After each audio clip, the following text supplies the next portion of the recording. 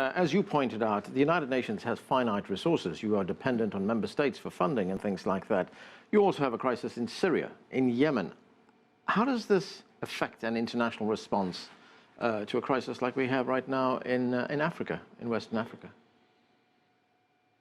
Well, let's just be absolutely clear that the world is always wanting to step up to relieve human suffering.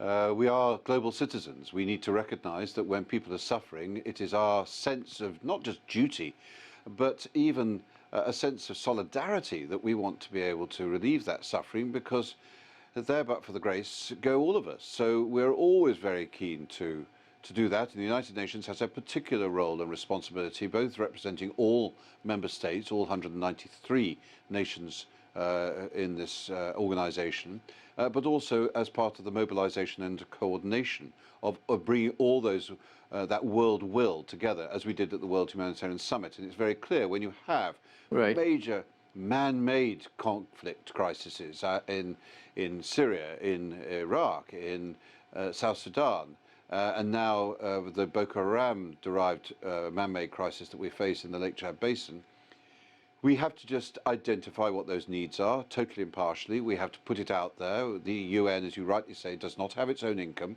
We have to generate that from the member states, who have to call upon their respective taxpayers to support us in getting this work done efficiently and with the greatest impact that we can possibly muster. And that is what we have done at a global level. 2016, we've been trying to raise $22 billion to try and save about 90 million lives immediately out of the 135 million people or so who need some form of humanitarian assistance. We're nearly at the end of the year, and we are approximately not even half funded. So you can see, despite the generosity of the global community in coming forward with resources, we're still way short of what we need. And I'm afraid that Lake Chad Basin is a big example where at 39% funded in Nigeria, a little bit higher, but still less than half elsewhere around the Lake Chad Basin. That means that if we don't have the cash, I can't commission the programs.